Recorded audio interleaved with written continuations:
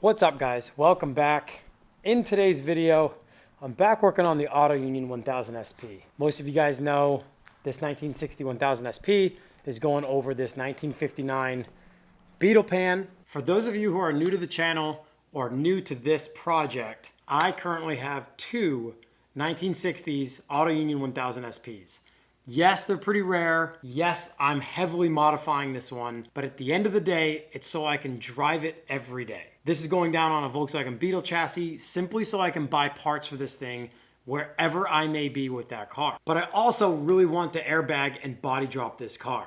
It hasn't been done before, and I think this car is going to look absolutely insane laid out on the rockers on the ground. Now, this 1960 is an American market car. At least it has a mile-per-hour cluster in it, and it's been sitting outside for decades upon decades, and it's in very rough condition. There's lots of rot in this car, and these cars are super hard to find parts for. So to keep it 3-cylinder, 2-stroke, front-wheel drive, all of that was going to be super difficult if I wanted to drive this car every day. The 1962 I have is a one-owner, low-mileage car that sat inside for over 40 years. So that car is rust-free. The interior is perfect in it. That car is not going to be modified. Indeed, I'm willing to sell that car to someone with deeper pockets who wants to fully restore that car. But I'm super excited about this project series. I'm learning a lot as I go. The 700 BMW is also on a Volkswagen Beetle chassis that's on air. The Corvair is also on air suspension with a roof chop and custom suspension.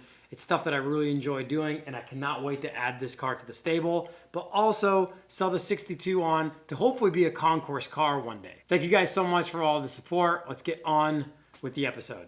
So I'm in the process of getting the body back on the lift. I'm setting that up now, getting it off of its dollies. And what I think I'm gonna do is I'm gonna start with cutting. I'm just gonna get right into it. And I think I'm gonna start with just starting to trim and setting it down over the Beetle pan. Because this pan only has to go down 2 inches, only has to be bobbed by 2 inches, unlike the 700, which had to go down by almost 13 inches.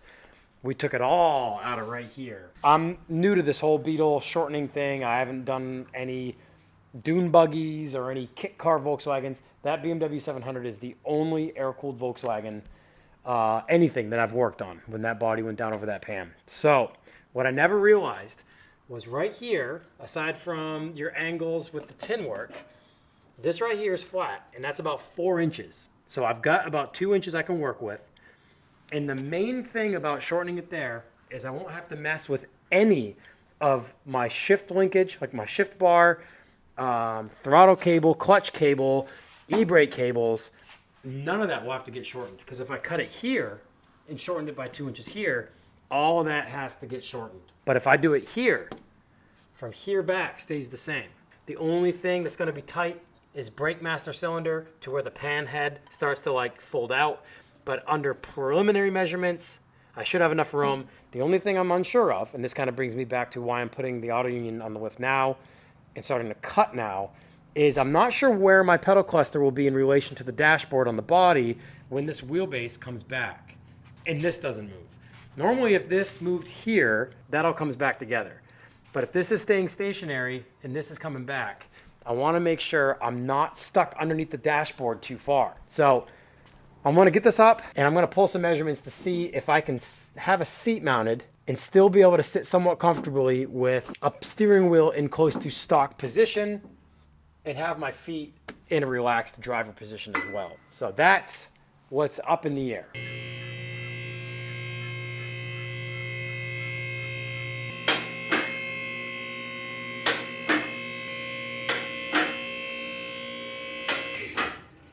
Underneath here, which is remarkably flat since it's a frame car and it's front wheel drive, there's no tunnel. This right here, this seat tub sticks down significantly more. So I'm gonna cut this out first. The whole point of this is to be body dropped. Like, those rockers are gonna sit on the ground. And I think it's gonna be such a bizarre looking car when it's on the ground. Those rear fins are gonna look so massive when this thing lays out. And depending on what wheel size I go with, which I've got a couple ideas, it's going to envelop the rear wheels because there's no wheel arch. So it's going to be a pretty wild looking car laid out on the ground.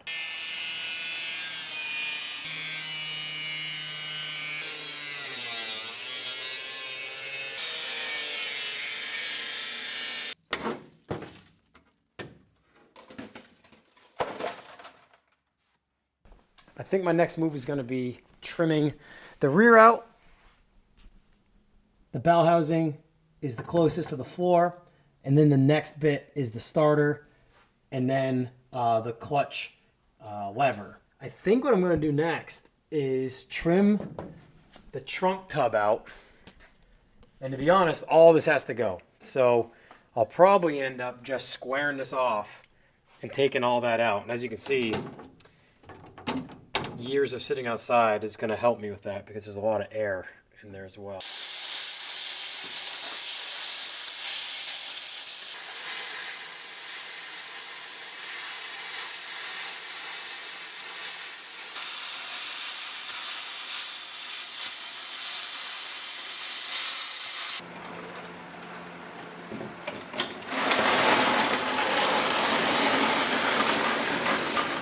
Well, there's an engine bay in the back of the car now.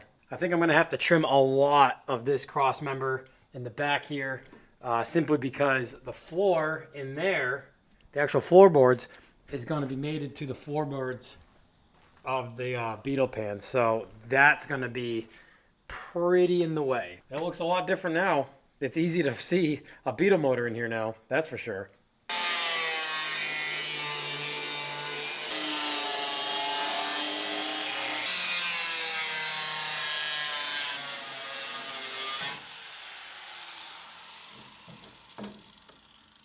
I meant to wrap all the windows before I started cutting inside. It's pretty thick, craft paper basically, and just covered even the dashboard. Covered the windshield, covered the dashboard, covered the back windows. Now I'm ready to continue cutting. I've got a notch cut here now. I've got to go up higher, but there's a box section in here. This is kind of a tough spot I'm at because I think all of that's going to go. I think for how far down this needs to go, I think this whole cross member in here, including some of this upright, all has to go. But I don't want to cut more than I have to. So I'm at this weird phase where I'm just kind of like nibbling a little bit, testing it, nibbling, testing it. I'm working on where the shock towers are. Right in here where the shock tower is. That was hitting up in here, so I'm going to relief all that.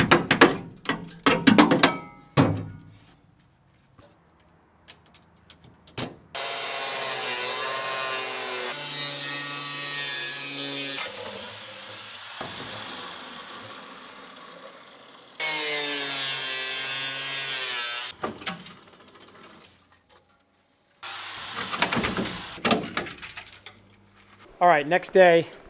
Not really sure where or how I should end this episode because I'm just chiseling away at this body and it's basically cut, fit, repeat, repeat. So I'm guilty of not recording everything here, but I did just plasma cut this section out. I made the front side cut with my angle grinder, and I've been using a lot of discs up, so I wanted to utilize the plasma cutter where I could. Now it gets added to the pile of rusty junk getting cut out. But that gives me a little bit more notch here. But like I said, I'm pretty sure all of this is going to have to come out. All of this here.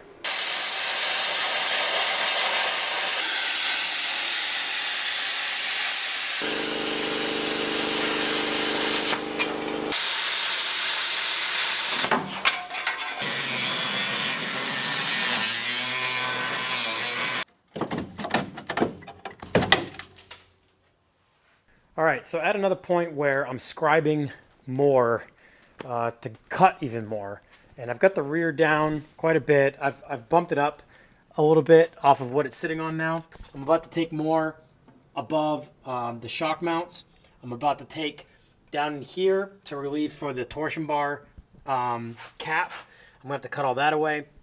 And I think I'm gonna take all of this on both sides. I left some of it just in case I could use it, but down in here is where I'm going to have to build the control arm for the airbag, and that airbag is going to sit right about where that floor is. So I'm going to have some structural metal work there for the top of the bag rather than just some tin work. I know a lot of you guys had made comments in the last video about this. The amount of dimple dies and weight savings in this car is incredible. All right, so I think the next thing I got to start cutting out, unfortunately, is all of this inner fender, or inner wheel well, inner fender wheel well. The end cap of the torsion bar is out far enough to where this is sitting right on it, and this is all wheel well. And as you can see, where the actual drum is in relation to how close that inner wheel well is. So all of this has to get cut out. I kind of wanted to just make this clip so you guys could see how it looks before I start cutting anything. This is obviously where my drop plate is going to go, and you can already see where a tire has been rubbing on it. So this is another 2.5 inches out farther.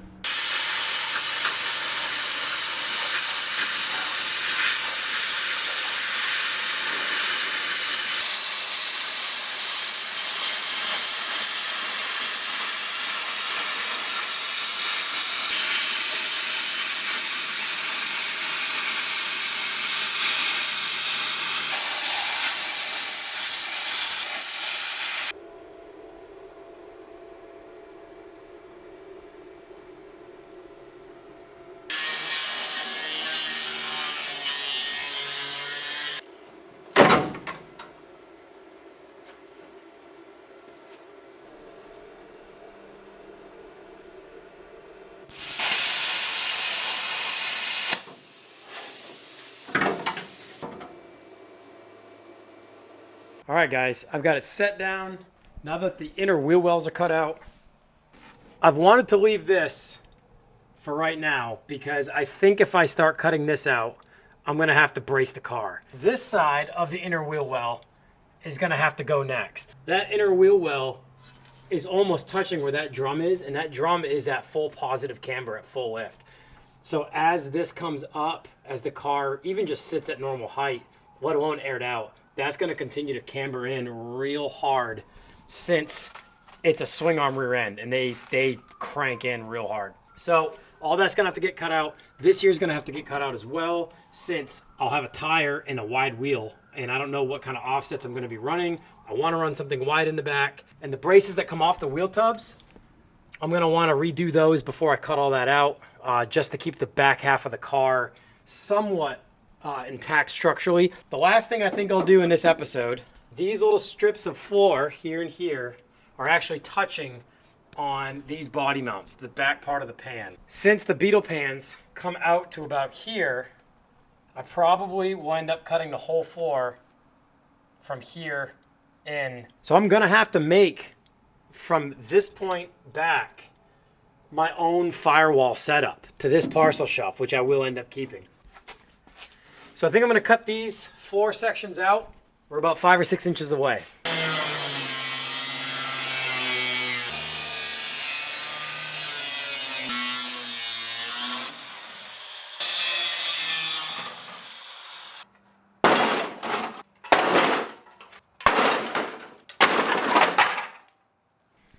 All right, guys. Well, the back half of this car is just about cut out.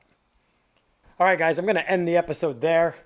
It's been a few days worth of cutting on this thing. It's taken a lot longer than what I've filmed. So far, I am pretty close. Floor to floor is pretty close. I think I'm about 3 to 4 inches away from the floors meeting up, from the floor of the body to the floor of the Beetle pan. I'm not sure if the next episode or the next couple of episodes will be continuing on with the auto union. I've got some other stuff here in the shop that I'm going to try to get done before Turkey Rod Run in Daytona, which is in 2 weeks.